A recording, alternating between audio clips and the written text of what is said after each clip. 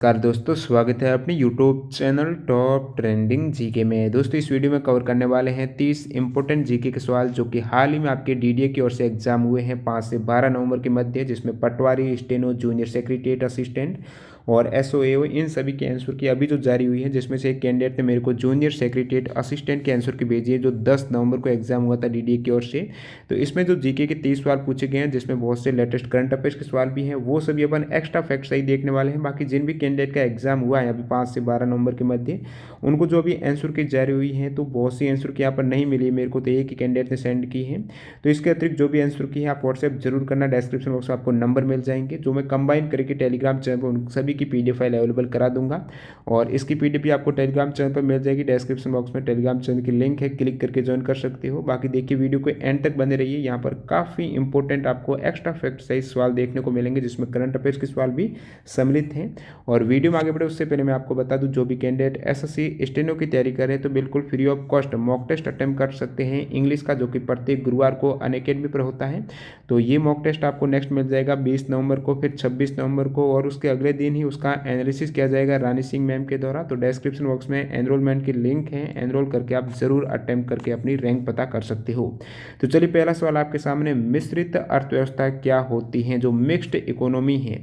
काफ़ी इजी सवाल था ये, और इसमें हो जाएगा सार्वजनिक और निजी क्षेत्र का मिश्रण, जिसमें समाजवादी और पूंजीवादी दोनों अर्थव्यवस्था का मिश्रण होता है, वो ही आपकी मिक्स्ड इकोनॉमी हो जाएगी। जैसे कि भारत की अर्थव्यवस्था हो गई, यूएस की हो गई, फ्रांस की हो गई, ये सभी मिक्स्ड इकोनॉमी के एग्जाम्पल हैं। अब देखिए इकोनॉमी की बात हो गई तो एक इंपॉर्टेंट करंट अफेयर्स का फैक्ट भी बता देता हूँ। तो यहाँ पर भारत की जो जीडीपी रैंक है वर्ल्ड वाइड, जैसे इंटरनेशनल मॉनेटरी फंड की रिपोर्ट 2020 के अनुसार भारत की जीडीपी रैंक है 6ठी। भारत है 6ठी सबसे बड़ी अर्थव्यवस्था हो जाएगी, और ये हो जाएगी आपके नॉमिनल के आधार पर। मैं बात करूं पीपीपी के आधार पर, यानी परचेसिंग पावर पैरिटी के आधार पर भारत की रैंक हो जाएगी आईएमएफ के अकॉर्डिंग तीसरी रैंक हो जाएगी। इसमें प्रथम रैंक किसकी है, तो प्रथम है यूएस की, सेकेंड चाइना की, third Japan, fourth Germany, fifth UK और सिक्स्थ यहाँ पर भारत की हो जाएगी। और मैं बात करूँ वर्ल्ड बैंक 2019 के अनुसार भारत की जीडीपी रैंक क्या है वर्ल्ड वाइड, वो है 5वीं यहाँ पर हो जाएगी, जिसमें 6ठी यूके है। तो ये इंपॉर्टेंट करंट अफेयर्स का आपके फैक्ट हो गया। बढ़ते हैं अगले सवाल की ओर, पानम बांध किस राज्य में स्थित है। काफी इंपॉर्टेंट टफ सवाल। पानम बांध की बात करूं तो ये गुजरात राज्य में स्थित है। पानम बांध किस नदी पर है, तो ये सेम नदी, जिस नदी पर बांध है उसी का नाम रखा गया है, पानम नदी पर स्थित है। और पानम नदी किसकी सहायक नदी है, तो ये ट्राइब्यूटरी हो जाएगी माही नदी की सहायक है पानम नदी। तो ये गुजरात में स्थित है, गुजरात के माही सागर जिले में स्थित है पानम बांध। अगला सवाल देखिए, तिब्बत में सिंधु नदी को किस नाम से जाना जाता है। तो तिब्बत में सिंधु नदी जो इंडस रिवर है उसको सिंगी खंबन बोला जाता है। सिंगी खंबन, या फिर आप कह सकते हो इसका मतलब लायंस माउथ हो जाएगा, सिंगी शेर का मुंह, सिंगी खंबन हो जाएगी सिंधु नदी। और सिंधु नदी का उद्गम कहाँ से होता है, तिब्बत से इसका उद्गम होता है मानसरोवर झील के निकट सिनका बाब नामक जलधारा से इसकी उत्पत्ति उद्गम हो जाएगा, जिसकी लंबाई कितनी है सिंधु की, 3180 किलोमीटर है। ये तो हो गया दोस्तों इंडस रिवर को तिब्बत में क्या कहते हैं। बहुत बार ये भी पूछा जाता है ब्रह्मपुत्र नदी को तिब्बत में क्या बोला जाता है, तो ये जो यारलुंग तसंगपो है, यारलुंग तसंगपो है, ये ब्रह्मपुत्र नदी को तिब्बत में बोला जाता है। बाकी सियांग की बात करूं, सियांग भी ब्रह्मपुत्र नदी, जो अरुणाचल प्रदेश में ब्रह्मपुत्र नदी को क्या बोलते हैं, दिहांग या फिर सियांग रिवर हो जाएगा, जो अब की बार एसएससी में पूछे हुआ सवाल है। दिहांग नदी जेई में आया था, किस नदी को कहा जाता है, तो वो ब्रह्मपुत्र हो जाएगी, और ब्रह्मपुत्र को तिब्बत में यारलुंग तसंगपो बोला जाता है। अगला सवाल देखिए यहाँ पर, यूएनसीटीएडी ने वित्तीय वर्ष 2021 के लिए सितंबर 2020 में भारत की जीडीपी को कितना यहाँ पर कॉन्ट्रैक्ट किया है, यानी कम कर दिया है, संकुचित होने का अनुमान लगाया है। तो इसकी मैं बात करूं यूएनसीटीएडी, इन्होंने 5.9% भारत की जीडीपी में कमी का अनुमान लगाया है। किस वर्ष के लिए, 2020 के लिए। ये 2021 में इन्होंने वृद्धि का लगाया है, तो 2021 में इसके अकॉर्डिंग भारत की इकोनॉमी वृद्धि होगी। बाकी मैं बात करूं 2020 के लिए, तो इंडिया जीडीपी फोरकास्ट इन्होंने की है 5.9% 2020 में कमी, और फिर नेक्स्ट ईयर 2021 में इन्होंने वर्दी बताया रिकवर हो जाएगी 3.9%। और ग्लोबली यहाँ पर इनके अकॉर्डिंग यूएनसीटीएडी के अकॉर्डिंग वैश्विक जो आपके इकोनॉमी हो जाएगी वो यहाँ पर कॉन्ट्रैक्ट हो रही है 4.3% की कमी का इन्होंने एस्टिमेट किया है, अनुमान लगाया है। अब देखिए ये एक आपके टर्म आ रहा है यूएनसीटीएडी, इसका मतलब हो जाएगा United Nations conference on trade and development, और इसका हेडक्वार्टर कहाँ पर है, जेनेवा स्विट्जरलैंड में है। और यूएनसीटीएडी की स्थापना कब हुई थी, तो ये हुई थी 30 दिसंबर 1964 को, और ये आपकी यूनाइटेड नेशन सेक्रेटरीट का ही एक पार्ट है। अगला सवाल देखिए, भोज आर्द्र भूमि किस राज्य में स्थित है, तो यहाँ से आर्द्र भूमि से अब की बार एसएससी ने भी बहुत से सवाल पूछे हैं, तो इसका एक मैं अलग से वीडियो बनाऊंगा, तो चैनल को सब्सक्राइब कर देना। आपको कर लिया, नेक्स्ट 1-2 दिन में ये वीडियो मिल जाएगा। आर्द्र भूमि जो टोटल भारत में 41 साइट्स हो जाएगी, जो रामसर आर्द्र भूमि साइट है वो भारत में अभी 41 हो गई है, पहले 39 थी। अभी आपके करंट का फैक्ट हो गया है, जिसमें आपके सूर सरोवर, एक तो ये झील है जिसे कीथम लेक भी बोला जाता है, ये आगरा यूपी में है, इसको जोड़ा गया है रामसर साइट में अभी हाल ही में आपके 13 नवंबर को। इसके अतिरिक्त यहाँ पर महाराष्ट्र की लोनार लेक को भी सम्मिलित किया गया है, तो टोटल अभी 41 रामसर साइट हो गई भारत में। और जो भोज आर्द्र भूमि है ये है मध्य प्रदेश में स्थित, तो ऑप्शन 2 करेक्ट हो जाएगा। अगला सवाल देखिए, खेतड़ी कॉपर क्षेत्र किस राज्य में स्थित है, तो खेतड़ी है झुंझुनू जिला राजस्थान में स्थित है। खेतड़ी कॉपर का खनन यहाँ पर होता है, तो राजस्थान करेक्ट हो जाएगा। बाकी यहाँ पर ये क्या आ रहा है ऑप्शन में आपके, झारखंड आ रहा है, तो झारखंड से रिलेटेड बहुत बार एग्जाम पूछ ले जाता है कि जादूगोड़ा की खान है, एक तो पूछ लिया जाता है इसमें किसका खनन होता है, तो यूरेनियम की खान है। सेकंड ये कहाँ पर है, तो ये झारखंड में है, उसका पूर्व सिंहभूम जिला है वहाँ पर स्थित है जादूगोड़ा। अगला सवाल देखिए, निम्न में से कौन सी झील श्रीनगर में स्थित है, तो श्रीनगर में झील है डल झील। बाकी मैं धनकर की बात करूं या फिर नाको की बात करूं, तो नाको और धनकर दोनों ही झील आपके हिमाचल प्रदेश में है। और एक इसमें ऑप्शन आपके स्वैक झील का भी दे रखा है, तो स्वैक झील कहाँ पर है, पंजाब, पाकिस्तान वाला पंजाब है वहाँ पर है स्वैक झील। और यहाँ पर बात हो रही है आपके श्रीनगर की, तो जम्मू कश्मीर में एक और झील कौन सी है, वुल्लर लेक भी जम्मू कश्मीर में है। निम्न में से कौन सी भारत में उगाई जाने वाली गेहूं की किस्म है, तो गेहूं की किस्म हो जाएगी आदित्य, भारत में उगाई जाने वाली गेहूं की किस्म है। कस्तूरी की बात करूं तो ये धान की किस्म है, यानी चावल की कस्तूरी है, धान की एक बेहतर किस्म होती है जो बासमती चावल की उपज के लिए बेहतर माने जाती हैं। इसमें जो आदित्य है ये गेहूं की किस्म हो जाएगी। किस संस्थान ने, तो ये एक आपके करंट अफेयर्स का सवाल देखिए, किस संस्थान में हाइपरसोनिक टेक्नोलॉजी डिमॉन्स्ट्रेटर व्हीकल यानी HSTDV नामक मानव रहित स्क्रैम जेट वाहन की उड़ान का सफलतापूर्वक परीक्षण किया है, तो वो किया है DRDO यानी रक्षा अनुसंधान और विकास संगठन ने यहाँ पर हाइपरसोनिक प्रौद्योगिकी प्रदर्शन वाहन का सफलतापूर्वक परीक्षण किया है। हाइपरसोनिक की बात करूँ तो इसमें स्पीड रहती है वो मैक में रहती है, जो 5 से लेकर 10 मैक, यानी मैं आपके किलोमीटर प्रति घंटा में इसको कन्वर्ट करूं तो 6126 से 12251 तक जो किलोमीटर प्रति घंटा की रेंज में स्पीड होती है वो हाइपरसोनिक में मेजर की जाती है, मैक में मेजर करते हुए हाइपरसोनिक स्पीड कहलाती है।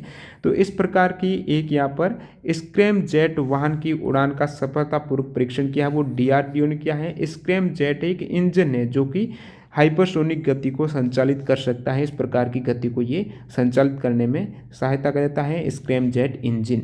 निम्न में से किस राज्य में अगस्तमलाई जैव मंडल आरक्षित क्षेत्र स्थित है, तो अगस्तमलाई जैव मंडल आरक्षित क्षेत्र हैं ये तमिलनाडु और केरला इन दोनों राज्यों में स्थित हैं, और जो 2001 में स्थापित हुआ था अगस्तमलाई जैव मंडल तमिलनाडु और केरल में है।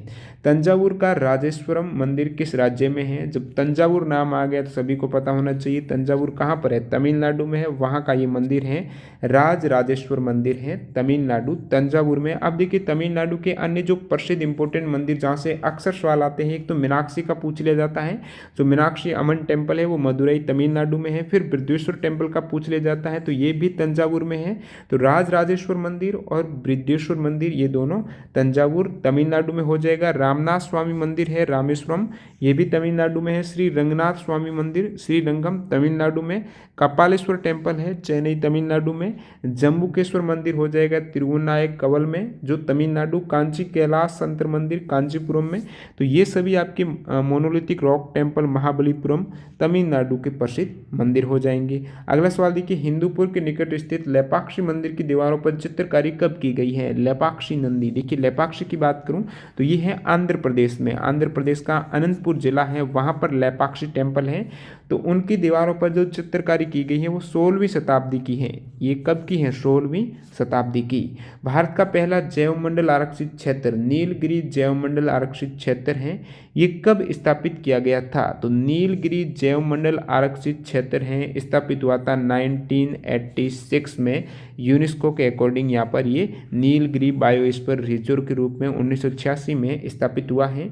और ये कहाँ पर है? तो ये वेस्टर्न घाट और नीलगिरी हिल्स रेंज में स्थित है दक्षिण भारत में।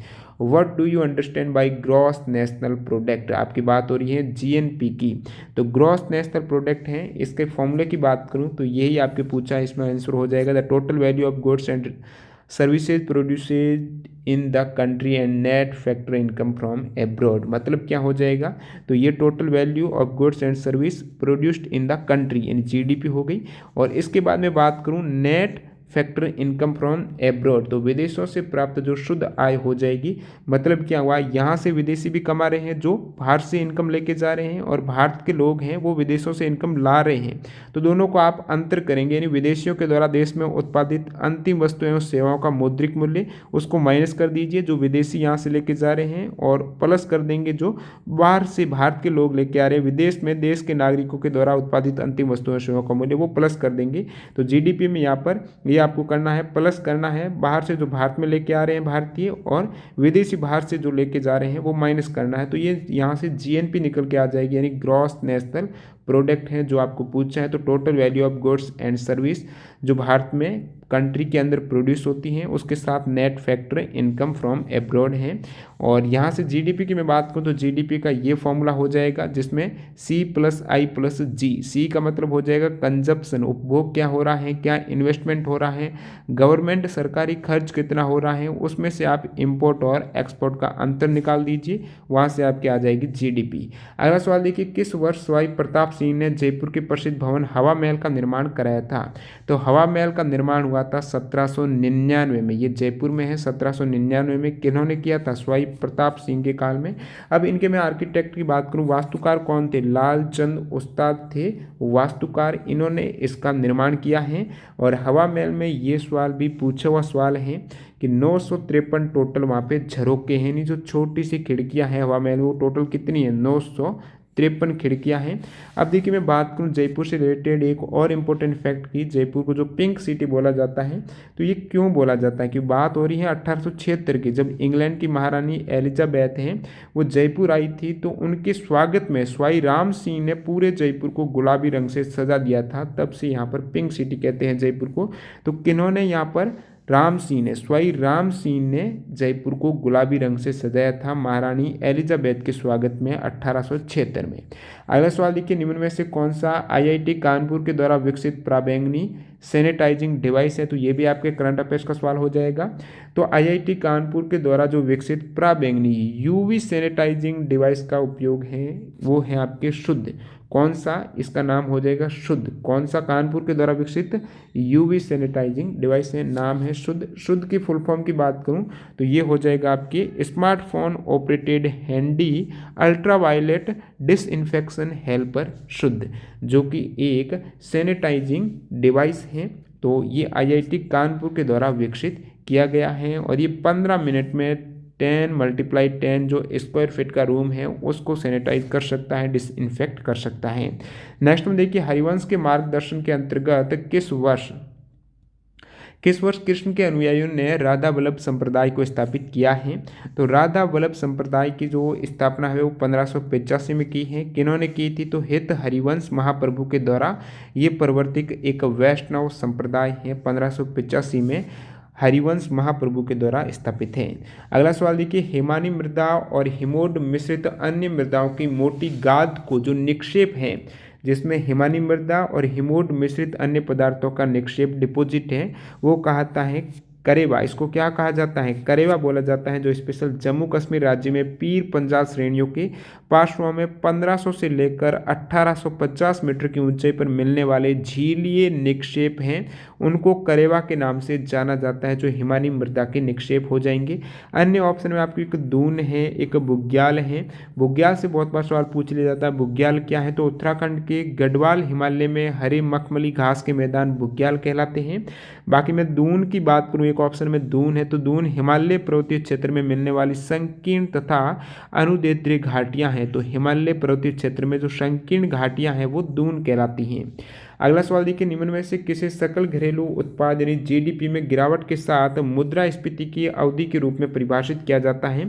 तो वो हो जाएगा आपकी स्टैगफ्लेशन, या फिर हिंदी में बोले तो मुद्रास्फीति जनित मंदी। इसमें होता क्या है, एक तो आपकी आ जाएगी इसमें रोजगार, बेरोजगार है, बेरोजगार हो रहे हो, साथ में महंगाई भी बढ़ रही है, दोनों ओर से यहाँ पर देखिए, एक तो बेरोजगार हो, बेरोजगार है, पहले से ही आपकी इनकम नहीं है, सेकंड यहाँ पर महंगाई और बढ़ रही है, आप कुछ भी नहीं खरीद सकते हो, तो वो हो जाएगी आपकी मुद्रास्फीति जनित मंदी है। इसका मुख्य कारण है कि वस्तुओं के उत्पादन की लागत में वृद्धि हो जाती है, यानी वस्तुओं जो प्रोडक्शन हो रहा है उसकी उत्पादन लागत ही बढ़ गई। जैसे पहले वस्तु 100 रुपये में उत्पादित हो रही थी रॉ मटेरियल से, अब उसकी लागत 150 हो गई है, जिसके कारण होगा क्या, बेरोजगारी पहले से ही चल रही है, उत्पादन की लागत बढ़ गई है, तो उत्पादन को कम लाभदायक बनाती है, तो उसमें ज़्यादा लाभ नहीं मिलेगा, पहले से लोग नहीं खरीदेंगे और वो ज़्यादा मूल्य में बेची जाएगी, क्योंकि यहाँ पर बढ़ रही है मुद्रास्फीति और लोग खरीद भी नहीं रहे हैं क्योंकि महंगाई बढ़ गई है, लोग बेरोजगार हैं, तो उत्पादन को कम कर दिया जाता है, तो उत्पादन यहाँ पर कम हो जाएगा, लोग नहीं खरीदेंगे तो कम ही वो प्रोडक्शन कम कर दिया जाएगा, जिसके कारण नौकरियों में कमी आ जाएगी। तो ये एक मुद्रास्फीति जनित मंदी कहलाती है, जिसमें बेरोजगारी के साथ महंगाई बढ़ जाती है। अगला सवाल देखिए, यहाँ पर किस क्रेडिट रैंकिंग जो एजेंसी रहती है, क्रेडिट रेटिंग एजेंसी, उन्होंने सितंबर 2020 में भारत की जीडीपी है 11.5% संकुचन का अनुमान लगाया है।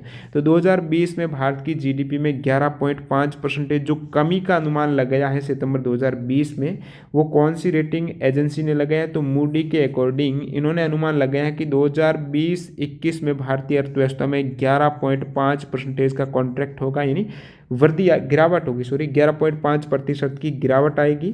और नेक्स्ट इन्होंने ये अनुमान लगाया है कि अगला जो वित्तीय वर्ष आएगा 2021-22 उसमें भारत की अर्थव्यवस्था में 10.6% की वृद्धि का भी अनुमान लगाया है, रिकवरी का अनुमान भी लगाया है नेक्स्ट वित्त वर्ष 2021-22 के लिए। और 20-21 में इन्होंने गिरावट का अनुमान लगाया है 11.5%, ये मूडी के अकॉर्डिंग।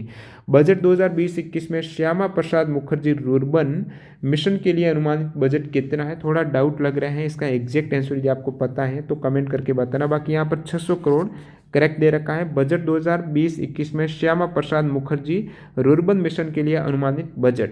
अब देखिए, ये जो मिशन है इसका यह 4था वर्ष हो जाएगा। इसकी शुरुआत हुई कि 21 फरवरी 2016 को श्यामा प्रसाद मुखर्जी रुर्बन मिशन की शुरुआत हुई थी। तो इसका उद्देश्य क्या, मिशन का उद्देश्य? तो इसका उद्देश्य है स्थानीय स्तर पर आर्थिक विकास को नई गति प्रदान करना। मतलब जो शहर नहीं है, शहरीकरण की ओर बढ़ रहे हैं, जो ग्रामीण समूहों की पहचान करता है, ऐसे ग्रामीण समूह देखता है जहाँ शहरीकरण की संभावना हो, वहाँ पे बढ़ने के संकेत हो, तो उसमें शहरी घनत्व में वृद्धि, गैर कृषि रोजगार के उच्च स्तर है, कृषि के अतिरिक्त वहाँ पर रोजगार के स्तर है, बढ़ती हुई आर्थिक गतिविधि, शहरीकरण के अन्य लक्षण पाए जाते हैं, तो उनको एक नई आर्थिक विकास की गति प्रदान करना है श्यामा प्रसाद मुखर्जी रुर्बन मिशन का उद्देश्य है, जिसमें अनुमानित बजट अब की बार बजट 2020-21 में 600 करोड़ रखे गए हैं।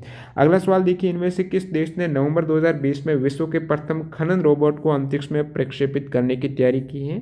जो आंसर की आई थी उसमें आंसर रशिया दे रखा है, जो कि बिल्कुल गलत है। तो चाइना ने ये जो माइनिंग रोबोट है, पहला देश है जो माइनिंग रोबोट स्पेस अंतरिक्ष में भेजेगा नवंबर 2020 में, वो चाइना है, न कि रशिया है।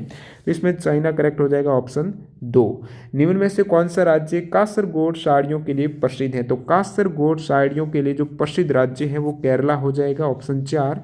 नेक्स्ट में अप्रैल 2020 में फेसबुक ने रिलायंस जियो में कितनी हिस्सेदारी, कितने परसेंटेज स्टेक यहाँ पर हिस्सेदारी खरीदी है? तो वो है आपकी लगभग 10%, 9.99% हिस्सेदारी है। तो ऑप्शन भी किस प्रकार दिए हुए हैं स्टूडेंट को कंफ्यूज करने के लिए, तो यहाँ पर करेक्ट हो जाएगा 9.99% है वो फेसबुक रिलायंस में हिस्सेदारी खरीद ली है। अगला सवाल देखिए, किस केंद्रीय मंत्रालय ने किस केंद्रीय मंत्रालय के द्वारा राष्ट्रीय इलेक्ट्रॉनिक्स नीति 2019 है वो प्रस्तावित की गई है? तो इसमें एनपी 2012 के स्थान पर यहाँ पर राष्ट्रीय इलेक्ट्रॉनिक्स नीति 2019 प्रस्तावित कर दी गई है। वो इलेक्ट्रॉनिकी और सूचना प्रौद्योगिकी मंत्रालय के द्वारा ये प्रस्तावित की गई है, जो रिप्लेस करेगी एनपी 2012 को। निम्न में से किस नदी का जल ग्रहण क्षेत्र सबसे अधिक है? तो इस ऑप्शन के अकॉर्डिंग सबसे अधिक जल ग्रहण क्षेत्र हो जाएगा माही का। मैं बात करूं ओवरऑल भारत में जो सबसे अधिक जल ग्रहण क्षेत्र नदी का है वो गंगा नदी का है। और माही की बात करती है मध्य प्रदेश से निकलती है। मध्य प्रदेश के धार जिला के समीप मिंडा ग्राम की विंध्याचल पर्वत श्रेणी से ये इसका उद्गम हो जाएगा माही नदी का।